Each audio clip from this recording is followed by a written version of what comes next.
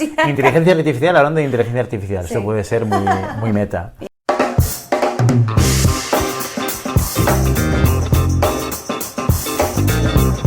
Bienvenidos y bienvenidas a todos y todas a Siempre Puedes Practicar Surf, vuestro podcast sobre recursos humanos, liderazgo y a veces hasta psicología. Hoy tenemos programa de tertulia y hemos traído un tema que yo creo que este 2023 está en boca de todos. Yo creo que cuando hablábamos de tendencias en el 2022 sobre qué pasó en el 2023, poca gente se imaginaba el impacto de estas dos palabras en nuestro día a día, no solamente a nivel profesional, sino a nivel personal. Inteligencia artificial, que esto nos sonaba antes a ciencia ficción, a libros de Isaac Asimov, y ahora lo tenemos como muy presente y muy cercano. Hoy en nuestra tertulia tenemos para hablar con nosotros de inteligencia artificial y recursos humanos a Ramón Iñiguez. Muy buenas, Ramón. Hola, ¿qué tal? Y a Josefina Smart. Hola. ¿Qué tal? ¿Cómo estás? Dos de mis tertulianas preferidas de GHC. Eso porque nos tienes aquí hoy, Efectivamente, sí. La verdad es que siempre suelo decir lo mismo a los invitados. Es un poco para arrancar bien. Tú imagínate que no lo digo, o digo lo contrario, arrancamos mal. La honestidad ante todo. Muy bien, gracias. Eso es. Bueno, vamos a arrancar con una pregunta directa y al pie. ¿Vale? Del 0 al 10, ¿cuánto os gusta la llegada de la inteligencia artificial a nuestro día a día? Esto es rapidito, no os lo tenéis que inventar mucho. Un 7. Yo diría un 8. Un 8, muy bien, muy pro. ¿Por qué? ¿Qué le veis de pro a la inteligencia artificial? Bajo mi punto de vista, bueno, pues yo creo que la inteligencia artificial, primero que no es reciente, que no es algo nuevo, simplemente ahora tenemos que acogerlo de forma diferente porque ha cambiado el concepto de inteligencia artificial como tal y lo que nos aporta. Y un 7 porque realmente creo que mejora, agiliza procesos, nos ayuda con otras cosas que antes podíamos dedicarle mucho tiempo y creo que ahora pues nos las hace mucho más sencillas. Y un 7 y no más porque hay muchos riesgos que todavía no están controlados que creo que deben evolucionar y que por lo tanto quizás más adelante la nota suba, pero ahora mismo con un 7 para mí me queda bien. Deberes por hacer, ¿no? Sería un poco el mensaje. Sí. Josefina, un 8, ahí tú te has estirado con un puntito más. Ay, parecido a lo que comenta Ramoni, para mí es algo que es verdad, está ya hace tiempo en el mundo laboral y en nuestras vidas en general, que nos ha aportado muchísimas cosas que nos ayudan mucho en varios aspectos. Y es verdad que hay todavía un margen y un camino por recorrer. Lo importante para mí es que está en nuestras manos, ¿no? Porque es también nuestro uso, cómo lo utilizamos, también la ética, ¿no? O sea, son cuestiones que sí dependen de nosotros y que también dependerá de esas condiciones que se desarrolla la inteligencia artificial. Entonces, la verdad que por ahora tiene unas ganancias muy positivas. Todavía hay que seguir mejorando. Una visión optimista por ambas partes. Ramón, apuntabas hace un momento sobre los orígenes de la inteligencia artificial. Cuéntanos un poquito más, de dónde viene todo esto, porque ahora yo creo que nos ha dado de sopetón a todos y a una velocidad enorme en la usabilidad, ¿no? de usuarios de primera línea. Yo creo que el día que estuve en el Jerez de Barcelona nos enseñaron ese gráfico que habíamos visto, creo que en alguna charla que fuimos también nosotros a ESADE, el de la usabilidad comparada con redes sociales. ¿Este os suena, este gráfico? Bueno, es un gráfico que compara uno de los elementos de ChatGPT, hablando de ChatGPT como IA estrella del 2023, hablaba de a qué velocidad la ciudadanía, el usuario final, había empezado a utilizar elementos como Facebook o como Instagram o como TikTok y ChatGPT.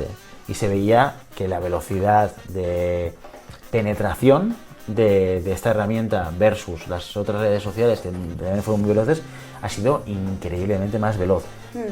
Pero no estamos aquí por casualidad, o sea, venimos de un camino y un recorrido que viene de mucho antes, que nos ha permitido llegar hasta aquí, ¿no, Ramón? Y que es un poco lo que comentabas tú. Sí, es que de hecho cosas curiosas, ¿no? Porque investigando un poco y buscando información encuentras ciertos datos que son relevantes y que nos dan un poco los orígenes, que igual mucha gente ya conoce, pero bueno, a mí me han resultado más nuevos. Demos un poquito de contexto. Vale, el concepto de IA desde el año 56, en 1956, ya se empezó a utilizar, ¿vale? Cuando aparecieron los primeros ordenadores, o sea que imaginaos ya que se hablase de inteligencia artificial ligado a la aparición de los primeros ordenadores, ¿vale? Pero es que ya en 1957 se crea la primera red neuronal, o sea, la conexión. En 1966 el primer chatbot, que se llamaba Lisa, en este caso, pero era el primer chatbot en 1966, o sea que imaginaos si lleva tiempo con nosotros. En el año 79, uno de los primeros vehículos autónomos en la historia, en este año. Y en el año 96, que este sí que me acordaba yo, en el año 96 pues Kasparov, algunos recordaréis, unos más que otros, pero que Kasparov fue vencido por la supercomputadora, la Deep Blue, en una partida de ajedrez, o sea que ojo aquí, que ya una máquina estaba venciendo al hombre, y aquello me acuerdo que fue como muy sonado, súper ¿no? mediático, ¿no? Súper Partida mediático. grabada por televisión, Exacto. Kasparov, que era como el gran campeón ruso mundial de ajedrez, ¿no? Y de repente llega una máquina que yo creo que jugaron varias partidas, y algunas las ganó Kasparov, otras Sí. ganó Deep Blue. Sí. Pero bueno, la gran sorpresa fue esta, cómo la máquina es capaz de ganar al gran campeón, ¿no? La máquina supera al hombre, es el titular. Exactamente, y la máquina superaba al hombre, y era muy interesante en esos momentos. Pues pensad que esto fue en el año 96 también ya, y en aquel momento ya pensamos, o al menos yo recuerdo que con esa... con todo lo que hubo alrededor y demás, se pensó, ostras, tú ya, la inteligencia artificial ya nos va a vencer. Pero bueno, ha habido momentos que ha ido evolucionando y quizás no ha estado tan cerca, no la hemos visto tanto, pero como veis, forma parte de nuestro día a día desde hace ya muchísimos años.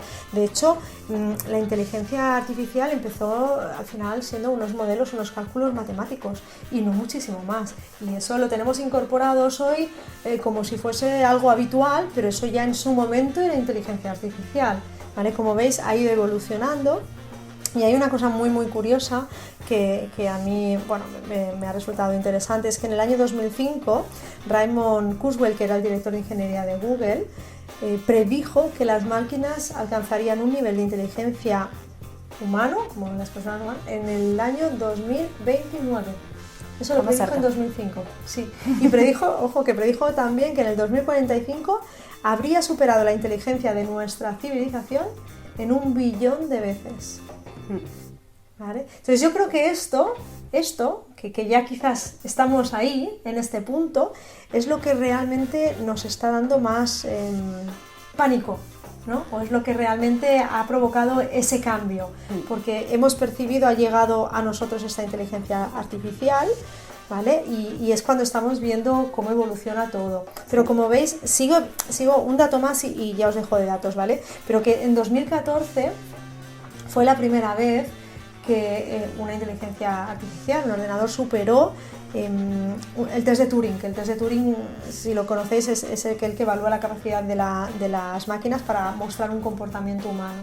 Pues fue superado en ese momento por una máquina, se hizo pasar por un niño de 13 años, y en ese momento pues había 150 jueces y 30 fueron engañados, se consideraron que era un niño realmente quien estaba respondiendo a sus preguntas y no una computadora, como era el caso.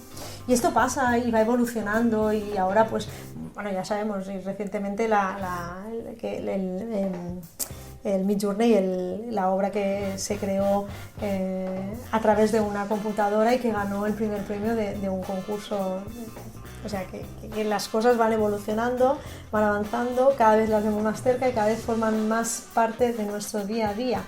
Y yo creo que la preocupación empieza a venir aquí cuando las máquinas, pues en ese 96, cuando la máquina ganó a una persona, se dijo, uy, las máquinas van a pensar más de lo que nosotros somos capaces de pensar. O cuando en 2014 una máquina fue capaz de engañar a ciertas personas haciéndose pasar por un humano, ¿no? Entonces esa evolución que predijo Kurzweil, pues parece que está llegando, estamos evolucionando, y estamos evolucionando muy rápido. Claro, hasta ahora yo creo que era un poco la visión que teníamos, era casi puntual, ¿no? En el 96 lo de Kasparov fue súper mediático, pero después de aquello nada, no se volvió a saber. También es un contexto como muy controlado, el ajedrez como ejercicio, como deporte o como juego, tiene las reglas muy pautadas, enseñas a una máquina a través de una serie de cálculos poder calcular cuál es la mejor jugada anticipándose.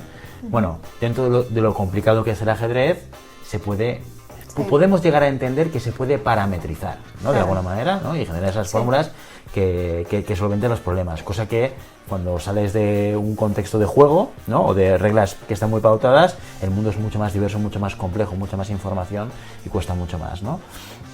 Pero de repente esto nos empieza a afectar de manera muy directa y lo empieza a utilizar todo el mundo, porque de repente no solamente es que llegan las IAs, es que llegan las IAs de manera completamente gratuita, que todo el mundo las puede utilizar y todo el mundo las empieza a utilizar. ¿Cuál es el riesgo? Vamos a hablar de riesgos porque ya sé que vosotras con un 7 y un 8, oye, sois optimistas con respecto a la llegada de la inteligencia artificial, pero esto no quiere decir que no haya riesgos en su uso, en su manejo, dentro de la empresa, dentro del área de recursos humanos y demás. ¿Qué riesgos le veis a la llegada o a la posible uso masivo o continuidad de uso masivo, vamos a decir, de la inteligencia artificial en las compañías, en las organizaciones? A ver, esto que comentaban recién es eso, es por un lado tenemos esta masificación que ha llegado hoy en día, utilizamos ChatGPT porque creo que es lo que todo el mundo habla, que ahora todo el mundo lo puede utilizar porque antes seguía existiendo y quizás ni nos enterábamos, éramos bastante quizás inconscientes. Yo creo que el gran riesgo es la utilización inadecuada, inconsciente de la inteligencia artificial o en la toma de decisiones, por ejemplo, que puede ser, es decir, basarse a partir de la inteligencia artificial, que al fin y al cabo es analizar datos, ¿no? Si hablamos, ¿no?, de estos cálculos matemáticos o estos algoritmos, de tomar decisiones porque se basan en esos datos históricos, y si uno toma decisiones únicamente con esto, se pueden llegar a decisiones erróneas.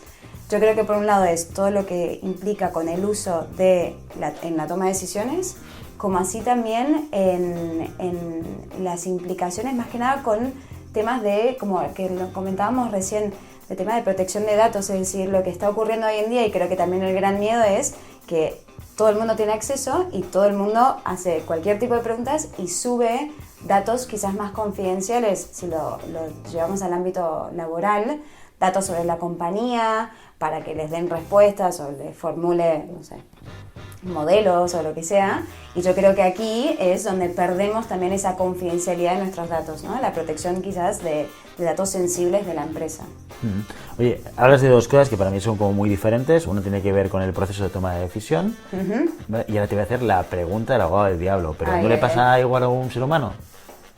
Nosotros no tomamos decisiones sesgadas, Total. con poca información 100%. y de manera errónea. Sí. Entonces, ¿cuál es el problema cuando esto lo hace una inteligencia artificial versus cuando lo hace un ser humano?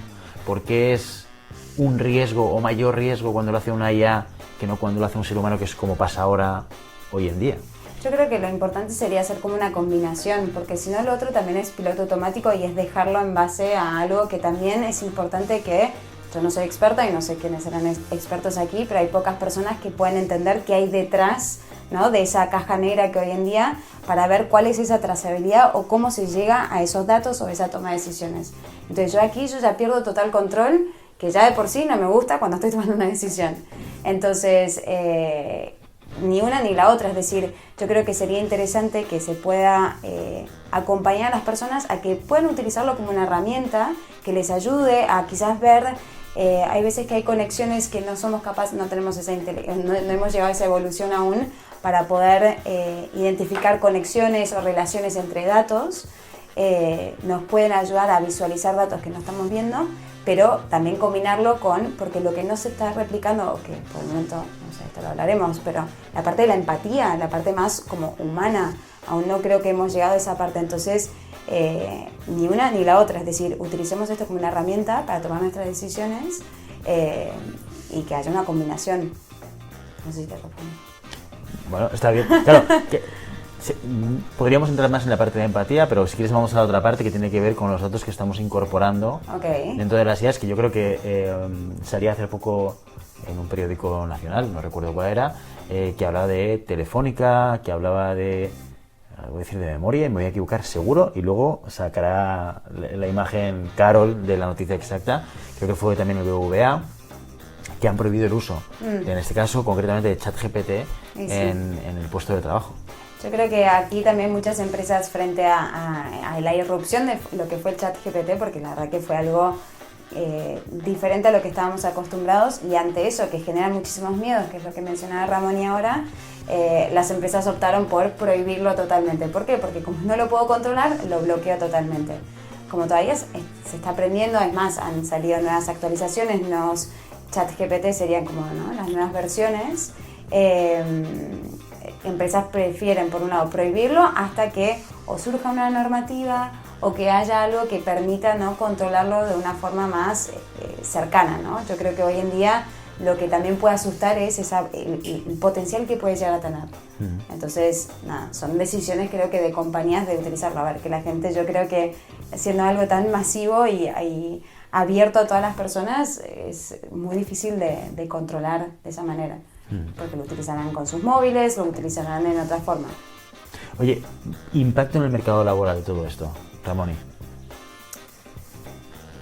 En el mercado laboral, bueno, yo te diría que más que en el mercado laboral, en cómo buscamos personas o perfiles dentro de ese mercado laboral, te diría, ¿vale?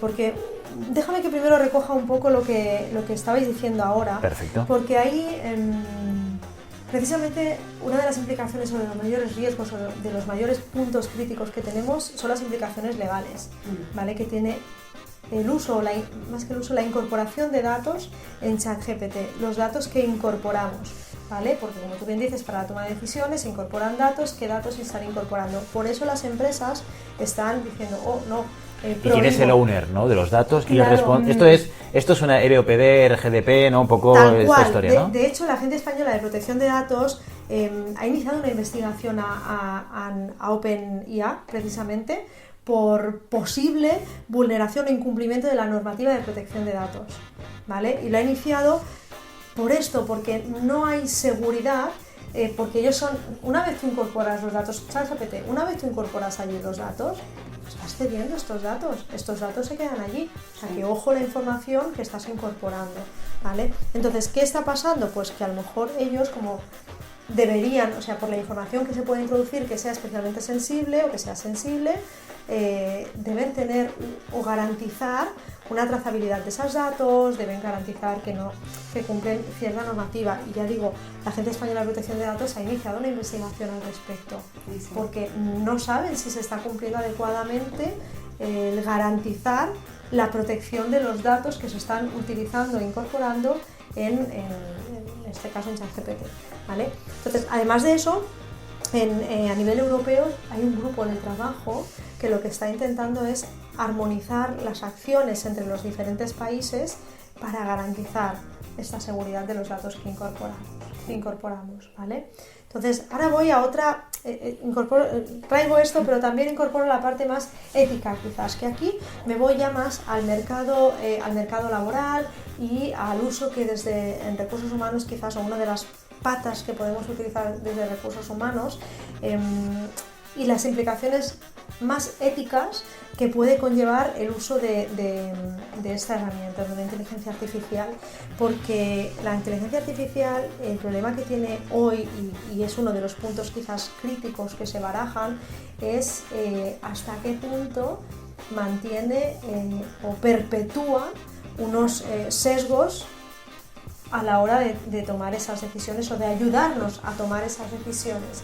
Imaginaos que en el mercado laboral, pues, oye, como recruiters, pues se está haciendo, incorporamos un software que nos permite hacer una criba no automatizada, sino con inteligencia artificial para un proceso de selección X con un perfil X, ¿vale? Al cual nosotros le hemos incorporado unos parámetros, ¿sí? La inteligencia artificial, ¿qué va a coger? Pensad que estamos hablando que el cambio principal es el lenguaje generativo que se incorpora dentro de la inteligencia artificial, es decir, la capacidad que tiene de crear nuevos conceptos, nuevas frases, nuevas palabras a través de información que ha ido recibiendo. Por lo tanto, está pensando en lo que puede darte. Cosa que no es muy diferente al proceso cognitivo de un ser humano. No, evidentemente. Que muchas veces se critica el hecho de cuando una IA, sobre todo los creadores de contenidos, ¿no?, los artistas, ¿no?, cuando una IA genera una imagen, un cuadro, un texto, al final esto es producto de muchas otras cosas. Bueno, no muy diferente a lo que hacemos nosotros, que no creamos nada de cero. ¿No tenés esa frase, no? ¿Cómo ¿Cuál? se llama? La de que se crearon en los hombros de los gigantes. Ah, la de Que subirse a los hombros sí. de gigantes. Tampoco, esta frase no es mía, ¿eh? No, Pero... ya lo sé, pero la has repetido. Exacto, sí. Con lo cual también aquí hay un elemento que no nos podemos olvidar, que muchas veces funcionan como un proceso cognitivo más básico o menos evolucionado, pero no muy diferente al de un ser humano. Evidentemente, pero si tú coges una inteligencia artificial y imagínate, como os digo, hace una criba de un perfil en función de unos datos y unos parámetros que se le han dado y toma la información que tiene, ¿vale? Posiblemente hoy la información que hemos ido incorporando es sesgada, porque nuestra historia, nuestro pasado está sesgado, ¿vale? Está condicionado. Porque sí, porque a nivel cultural está condicionado, porque a nivel social está condicionado. Por lo tanto, puede perpetuar e incluso incrementar estos sesgos, ¿vale? Porque considerará que eso es lo bueno. Es decir, imagínate, pues si para una posición X le paso los perfiles o los currículums de las personas que mejor me están funcionando y a lo mejor esas personas se han formado en la universidad tal, va a percibir o va a deducir que solo aquellas personas que están formadas en esta universidad van a ser idóneas para ese puesto de trabajo y por lo tanto va a cribar y va a descartar a todas aquellas que no cumplen con ese requisito. Aunque yo no le haya dicho que es un requisito de la posición, va precisamente a crear o a entender o a generar este modelo, ¿vale? Entonces es un ejemplo práctico. Entonces, ¿qué va a pasar? Perdona, entonces quieres decir que no nos mejora, perpetuar el status quo, No nos mejora, en este sentido. exactamente. Porque la idea es Entonces, lo que digo perpetuar es el status quo. perpetuar- Si una IA tiene que decidir quién va a ser miembro del comité de dirección, lo más probable es que en Europa acabe eligiendo un hombre blanco, caucásico, y Exactamente. no tengo nada en contra de los hombres blancos caucásicos, pero quiero decir que perpetúas un estatus,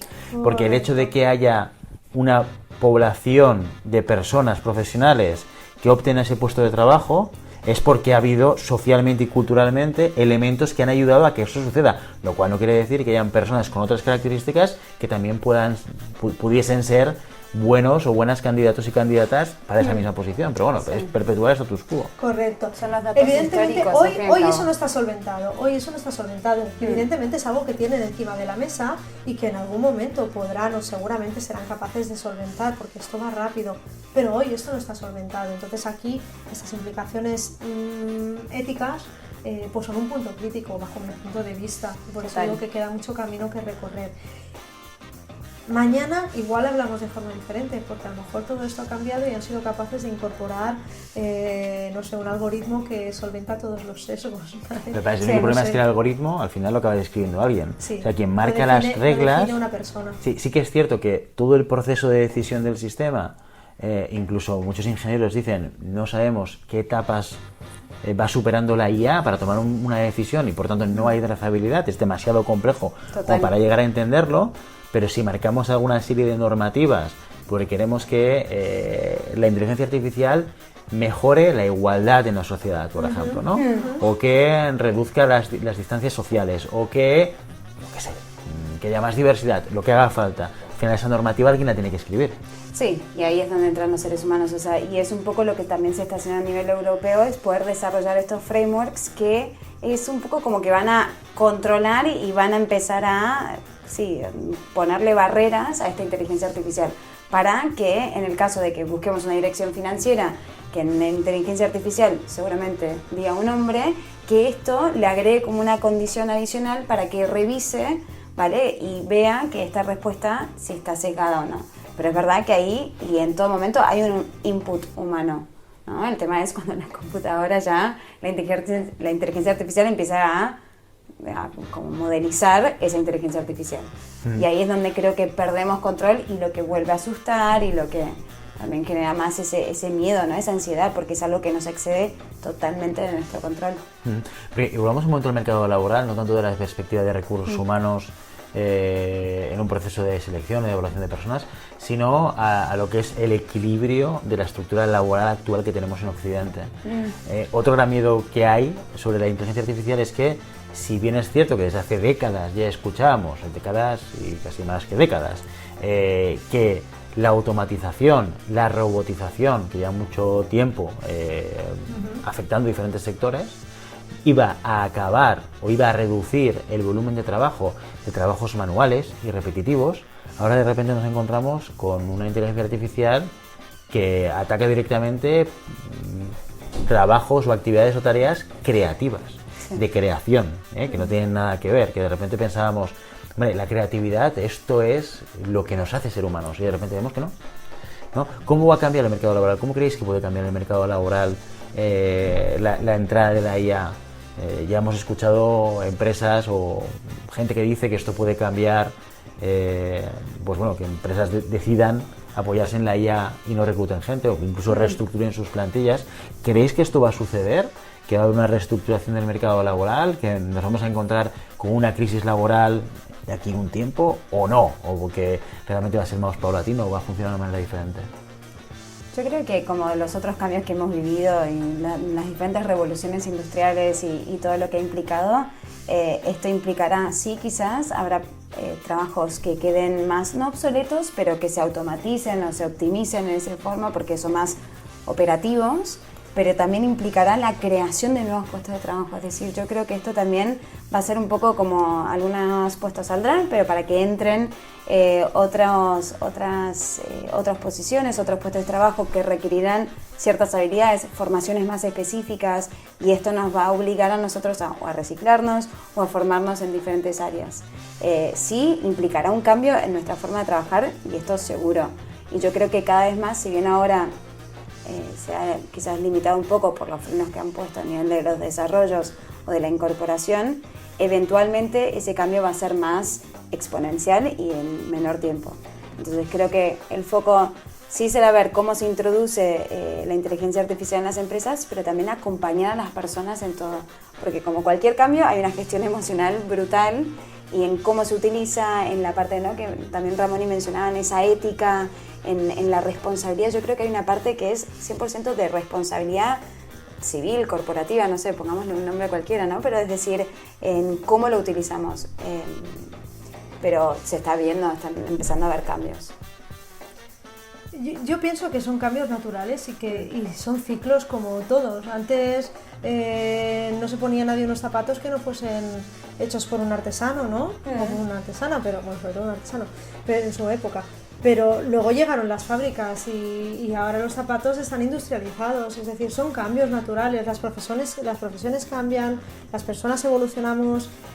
Yo creo que esto es una evolución más. Total. ¿Vale? O sea, lo único que hay que hacer, pues como bien dices, pues cambiarán las profesiones, habrá que ver en qué nos afecta y cómo nos afecta para incorporar. Hoy en día hay una cantidad de grados. Me acuerdo cuando estudié yo, pues había el grado en informática y eso era el grado en informática y ya está, y lo abarcaba todo. Hoy hace una selección de grados que están relacionados con la informática, no sé cuántos hay, pero es que luego te vas a los grados formativos y hay otra veintena o más o treintena de diferentes grados que van acompañando precisamente estos cambios, ¿no? A nivel formativo, las personas tenemos que ir adaptándonos a los cambios que suceden en el mercado laboral. ¿La IA va a traer cambios? Pues claro, yo creo que sí.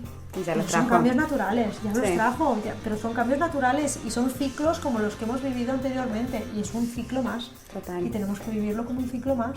¿Habrá profesiones que desaparezcan? Es posible, sí, pero habrá otras nuevas que se inventarán.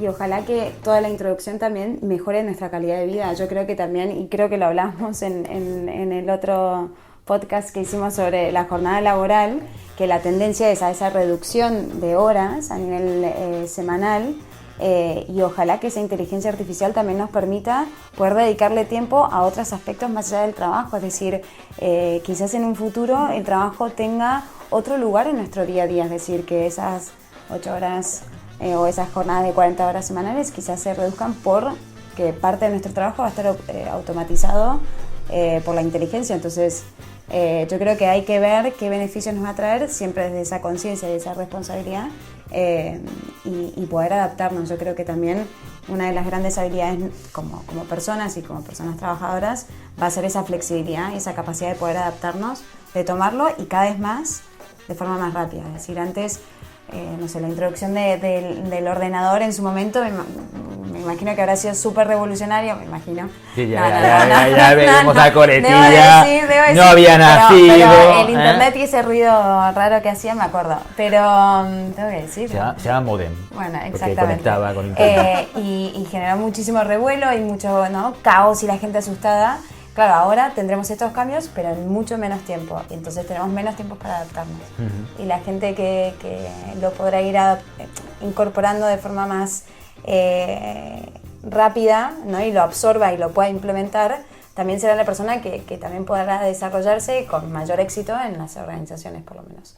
Y con esto que dices, y yo creo que es súper interesante lo que tú dices, los cambios llegan y llegan cada vez más rápido. En su momento, pasar de hacer zapatos a mano a pasar a hacerlos en una fábrica, pues fue... Algunas décadas, quizás... Unas decadillas, pasó... Como artesano veías la fábrica y decías, todavía me voy a jubilar todavía, aquí, exacto, o sea... me da igual ya mis hijos no, pero yo me jubilo. Pero yo voy a hacer zapatos. Sí, pero ahora no. Entonces yo creo que ahora Nadie. es importante, porque hemos dicho, la educación va...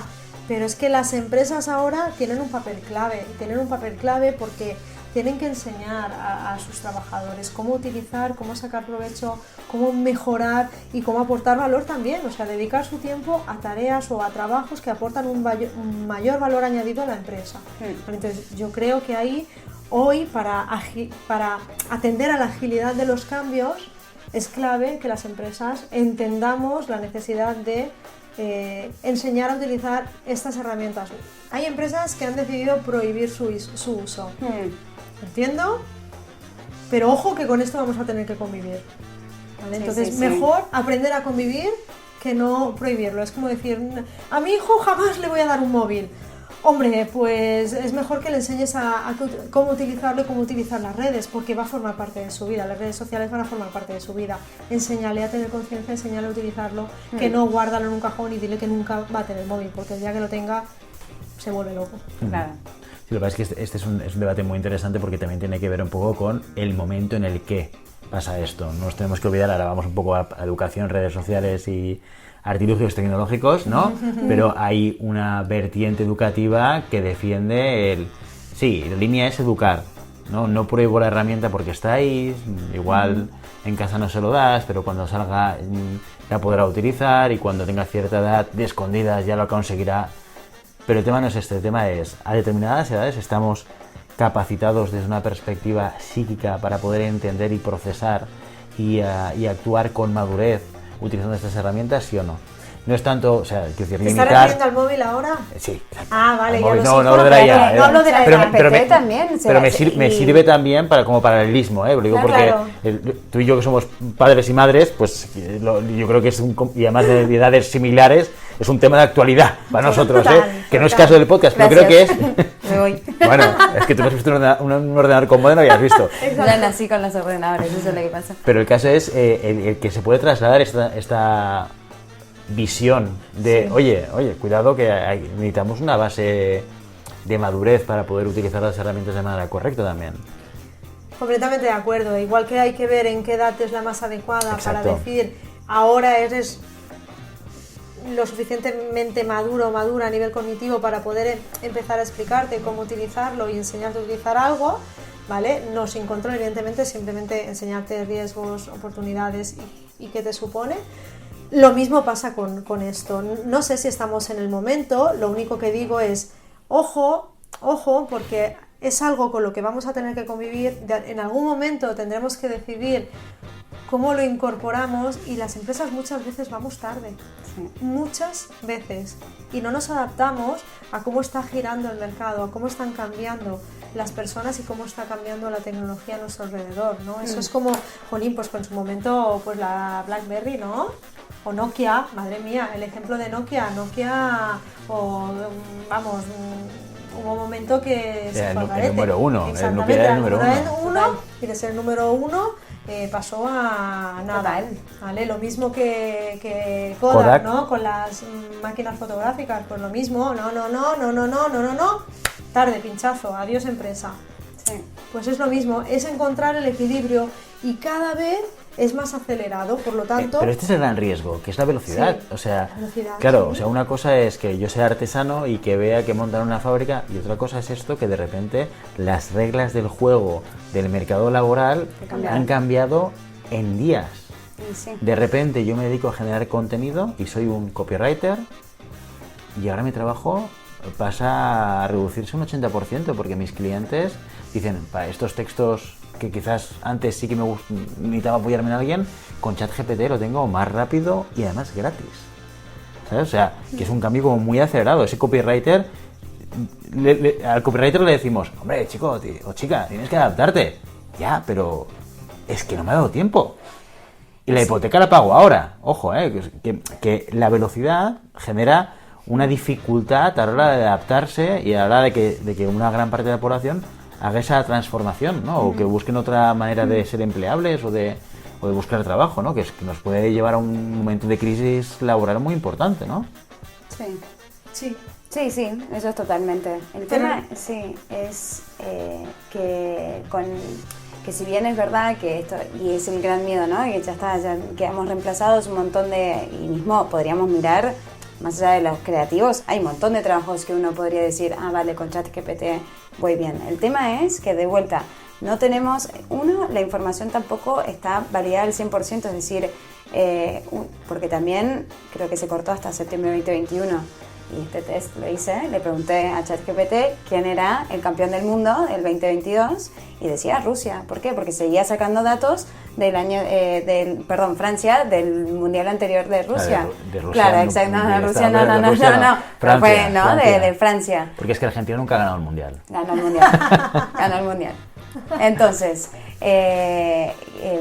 todavía, digamos, si uno toma esa decisión y dice, vale, perfecto, no necesito más esta persona que me ayude y tiro del ChatGPT, también es asumir el riesgo de tener información que no está validada al 100%, que no tienes bien las fuentes, es decir, es verdad que tenemos esto que mencionaba Ramón y que es súper interesante, del lenguaje generativo, pero de qué está partiendo, cuáles son los datos, es decir, hay mucho que no conocemos, entonces yo creo que también será interesante, porque hasta mismo lo hemos probado, es cómo le escribes a ChatGPT, por ejemplo, qué tipo de preguntas les haces, cómo lo formulas para que te llegue a tu respuesta, porque hay veces que con una pregunta la respuesta no es lo que estás buscando, entonces lo tienes que reformular y ahí es donde también está nuestra habilidad o nuestra capacidad para poder pensar en qué tipo de preguntas hay que hacerle o cómo formular nuestras dudas, consultas que podamos tener. Los famosos prompts, ¿no? Exactamente. Y ahí es donde uno se puede reciclar. Pero es verdad, cada vez más tendremos que tener esta agilidad para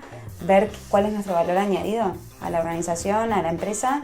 Y no me sorprende que este tipo de formaciones ya empiecen a aparecer también en las escuelas, porque es la utilización responsable de la inteligencia artificial y hay un montón de noticias que muestran de correcciones de papers en la universidad que se nota que es utilizado por ChatGPT porque al final siempre como que ChatGPT pone como una frase, tiene un dejo, tiene un tono, si cuando lo utilizas mucho de repente, se esto nota, me lo decía Carol alguna vez, yo en LinkedIn sí, puedo detectar más o menos, ¿no? Sí.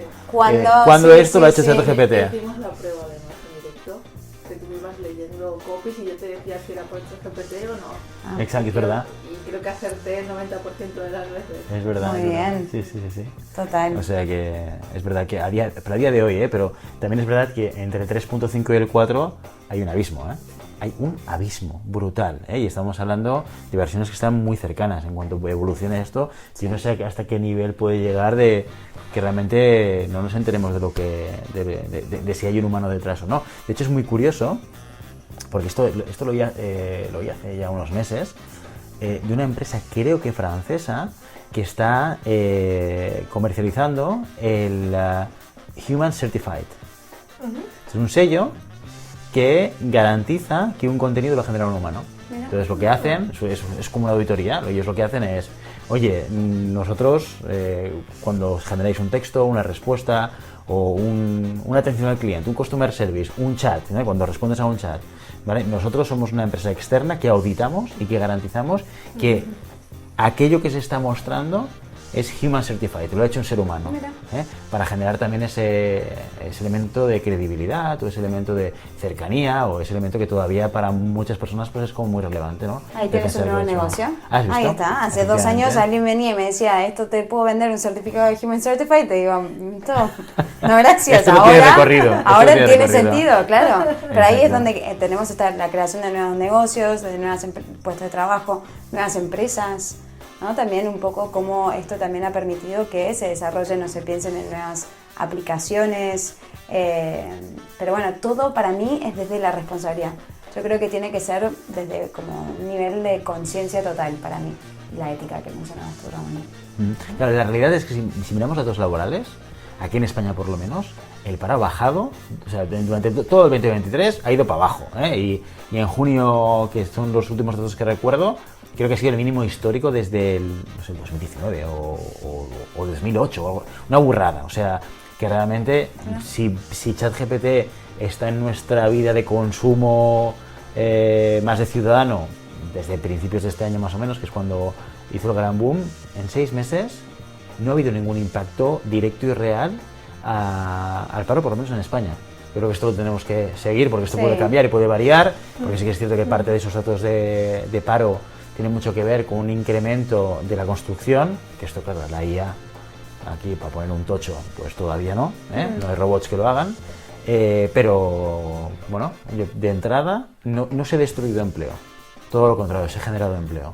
Así que tendremos que no digo que sea la IA, sí, por eso, porque luego ahí... No quiero decir que la IA ha hecho que... No tiene nada que ver. Online. Pero sí que es cierto que tenemos que ir viendo cómo va evolucionando todo esto y oye, seguramente tener que volver a hablar de ello de aquí a 6 meses con datos, ¿no? De Seguro. ver si esto impacta o no. ¿Esto es más miedo o es más realidad? ¿No? Cómo está impactando y cómo está cambiando nuestro entorno. Vosotras en el día a día, ¿cómo utilizáis la inteligencia artificial? ¿Cómo os ha cambiado este 7 y este 8? Por ejemplo, con ChatGPT, yo a veces me peleo mucho con Excel, es una realidad y ustedes lo saben también. Entonces, cuando quiero hacer algo que hay una fórmula que no me sale, por ejemplo, se lo pregunto al ChatGPT. ¿No se lo preguntabas antes a Google? ¿Esto no es lo mismo que hacías antes con Google? Se lo preguntaba a ustedes dos cualquier cosa. Así que les ahorré muchísimo tiempo a ustedes. Puede ser, sí, también lo preguntaba a Google, sí. O cómo hacer esta fórmula, mirar vídeos en YouTube. Claro, ahora lo que hace ChatGPT es que me lo simplifica en una. Y me ha ocurrido igualmente, por ejemplo, quería hacer una macros.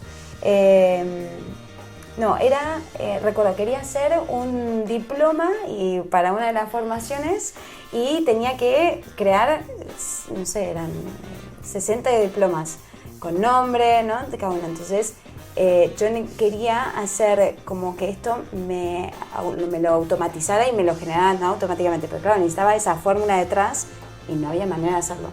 Entonces se lo pregunté a ChatGPT de cómo estructurar esa fórmula, me lo dio y me salía error, es decir, no había manera porque había una parte que, como yo lo había preguntado, no funcionaba, ¿vale?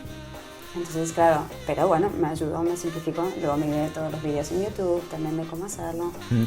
O sea que en parte, en tu uso ha sido una sustitución de mayor calidad de lo que hacías con Google. Claro, exactamente. Amenaza para Google, ¿no? De entrada, o sea, de repente ir a Google, claro, es verdad, ¿no?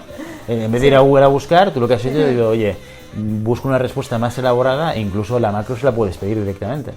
¿Sabes? Que en Google deberías buscar, oye, busco una macro para hacer esto, darle al intro y cruzar los dedos de que te devuelva, ¿no? Aquellas páginas o vídeos que específicamente te expliquen esto. El ChatGPT va directamente con mayor error o menor error, pero te mete hasta el código de la macro, supongo, ¿no? Exactamente. Que Google también lo hace. Pasa que ahora ChatGPT te lo simplifica en uno. En cambio en Google tenías 20.000 opciones, no sabías cuál, clicabas en uno. Tenías que buscar, tenías que entrar. Exactamente, sí. Así que eso también, como para hacer preguntas. Temas también de dudas que puedo llegar a tener, ¿no? De quizás, no sé, alguna normativa, pero también de vuelta, las normativas o que no están actualizadas, si hay una normativa de este año no sale. También, y no tiene acceso tampoco a ciertas fuentes, es decir, también es importante ver de dónde está nutriéndose el ChatGPT. Pero sí, bueno. Yo para contenido, para temas que necesito tener más información por algún motivo, por lo que sea, le pregunto y voy haciendo preguntas, indagando hasta conseguir las respuestas. Básicamente lo utilizo para eso. O sea, para hacer más rápido un ejercicio que tú hacías antes, pero más lentamente. Sí, exacto. Yo antes evidentemente buscaba en Google y buscaba y me daba una fuente. Y cogía un poco de aquí, un poco de allí, un poco de allí. Entonces tenía que leer mucho para conseguir información relevante. Y ahora, haciendo 2 o 3 preguntas o 4, dependiendo de lo que me vaya dando, consigo lo mismo con mucho menos tiempo. Claro. Yo, por ejemplo, lo utilizo mucho para generación de ideas, ¿no? Por ejemplo, le he pedido a ChatGPT que me pusiese 15 preguntas para poder dirigir esta tertulia, ¿vale? De las cuales he utilizado 0. Ya os lo digo, Perfecto, ¿ves? Ahí está el uso de las personas. No, pero está bien porque una cosa es que yo me enfrente como creador de contenido a dirigir una charla sobre IA y tenga la página en blanco, ¿vale? Entonces yo tengo que estar pensando, a ver qué sería interesante. Y otra cosa es que el ChatGPT me genera 15 ideas, 20 ideas, 30 ideas, yo las voy leyendo y voy conectando puntos. Ostras, claro, al final es muy repetitivo lo que te propone, no está pensado tampoco para dar una agilidad que a lo mejor es la que tú le quieres dar a la conversación. Luego las conversaciones tienen vida propia, ¿eh? También os digo que las preguntas que yo al final redacté tampoco hemos tocado muchas de ellas, ¿no? Porque al final la propia conversación tiene vida propia, ¿no? Pero me ahorra mucho tiempo, porque me genera una propuesta de cosas que yo a priori pues voy conectando puntos y voy generando, me permite dar ese primer paso de generación de ideas y de conector, que luego voy generando mi propia idea a través de pues, sugerencias que me pueda dar ChatGPT. Yo creo que esta charla la tuvimos y creo que uno de mis miedos, ¿no? O de a veces de mostrarme un poco más distante con el ChatGPT, pero es más que nada por la actitud del ser humano en general, que es, claro, ChatGPT te puede tirar estas 20 preguntas y tú basarte en esas 20 preguntas. O sea, mi gran miedo a veces es que el ser humano también tiene una tendencia a ese piloto automático y esa ley del mínimo esfuerzo, ¿vale? Porque para ti, en este caso, es un catalizador de más ideas, te genera o te ayuda como puntapié inicial, pero otra persona, dependiendo, digo, me da pereza, no tengo ganas, no tuve tiempo para preparármelo, listo, utilizo estas 20 preguntas. Entonces yo ahí pienso y digo, ¿cuál es nuestro valor añadido, no? ¿Cuál es esa responsabilidad también de que al utilizar esa inteligencia artificial? Porque también ahí es donde entra nuestra actitud, nuestra ética personal, nuestros valores, porque en tu caso a ti te ayudó como para iniciar y no te basaste en esto porque también te gustaba o tienes esa capacidad, esa flexibilidad de entender cómo va la conversación, por dónde, ¿no? Por dónde tirar, por dónde no, pero otras personas esto le hará piloto automático, vale, perfecto, y no generas ese sentido común, ese pensamiento creativo, el utilizar nuestra máquina, nuestro cerebro, sino simplemente play. Y primera pregunta. Yo creo que eso le pasará a las mismas personas que ya les pasaba antes. Sí, seguro. ¿Vale? Es decir, quien cogía y en Google preguntaba algo y cogía y decía, pues esto se parece, copy-paste, lo seguirá haciendo con la inteligencia artificial, solo que estará un poquito más elaborado. Eso. Quien utilizaba Google o un buscador para conseguir información y luego esa información, nutrirse de esa información para crear algo, lo seguirá haciendo con la inteligencia artificial. Sí. O sea, ¿puede hacer personas más, más vagas? Pues no lo sé, creo que quien es vago o vaga por naturaleza lo seguirá siendo y quien necesite un impulsor tendrá un impulsor más potente. Claro. Es lo que creo. Claro. Sí. Yo creo que no estamos lejos, yo creo que ya la estamos viendo en muchas redes sociales. No tenemos data de esto, pero yo estoy convencido que se ha multiplicado el nivel de contenido, por ejemplo, en LinkedIn. Que yo creo que se va a haber multiplicado por 2 o por 3 o por 4 gracias al ChatGPT de mucha gente que antes no publicaba y que como uno de los valores de publicación es la frecuencia y la constancia, claro, ChatGPT te lo pone muy fácil. Al algoritmo de LinkedIn premia a la gente que... Exacto, eso a priori, lo que dicen los expertos, no, yo no tengo ni idea, pero vamos, que se es la escucha... gente de ChatGPT, en verdad. Exacto, exacto. Y solo en la cuenta premium, solo en la cuenta premium. Pero yo creo que estamos a las puertas de una crisis de contenido ¿vale? De sobrecontenido, que ya lo estábamos, ¿eh? Sobreinformación, muchísimos sitios a los que ir para escuchar y para hablar y para leer de cosas, de opiniones, de no sé qué, de no sé cuántos, pues esto yo creo que se va a multiplicar de manera exponencial. Pero creo que como Ramoni va a haber una diferencia en el concepto de la calidad del contenido, por lo menos a día de hoy, con el 3.5 y con el 4.0 también, porque se sigue manteniendo esa distancia de una cosa es, oye, ChatGPT, hazme un post hablando sobre los retos de la IA en recursos humanos, ¿vale? Y que eso salga ahí, pues los retos son 1, 2, 3, 4, 5, y gracias por leer mi contenido, y no sé qué, no sé cuántos, no sé quintos, ¿no? Y ese eje que comentabais vosotras se va a ir replicando y se va a ir viendo y se va a ir detectando, ¿vale? En cambio, aquel que pone la historia, que cuenta lo que le ha pasado, que explica algo que es mucho más personal, ¿vale? Eso yo creo que marca la diferencia, y es lo que marca la diferencia, que luego en las publicaciones, luego vas a las publicaciones y ves quién tiene éxito y quién no tiene éxito. Yo creo que hay dos tipologías, ¿no? Los que polarizan comentarios, esto está fatal, esto está súper bien, o sea, los que van a los extremos, o bien los que ponen su corazón en el contenido y explican cosas como muy personales, ¿no? Porque hay gente que puede empatizar, que se puede sentir cercano o cercana al contenido, etcétera, ¿no? Sí. Entonces yo creo que vamos a pasar por ahí, pero ya veremos si el 5.0 es capaz incluso de hacer esto también. O sea que aquí recorrido puede haber bastante, Sí. Lo que está claro es que yo creo que esta charla la tenemos que hacer en la temporada 6, que es en la que estamos ahora, quizás dentro de algunos episodios, meses, o en la temporada 7, cuando volvamos a rearrancar la nueva temporada. Total. Para hacer un poco de balance. Y en el 2029, que es cuando se cumple ahí también, hacemos un Google Calendar o un Google Meet. Retazo en el 2045. A ver si nos ha superado. Yo estoy jubilado ya, tú estás jubilada, tú también. Wow, yo estoy juntamos jubilado. a tomar un cafecito y a conversar, o anda a saber cómo avanzar esa conexión. Exacto. Pero mi holograma va a ser seguramente, porque yo voy a estar en una playa paradisíaca. Inteligencia artificial, hablando de inteligencia artificial, esto puede ser muy meta. Y sí, ahí, probablemente, ojo. Josefina Ramoni, muchísimas gracias por venir otra vez al podcast, a la tertulia de Siempre Puedes Practicar Surf. Y quedamos emplazados para la próxima, dentro de unos meses, un año, y haremos balance otra vez. Meses, va a ser cortito, seguro. Muchas gracias. Gracias a ti.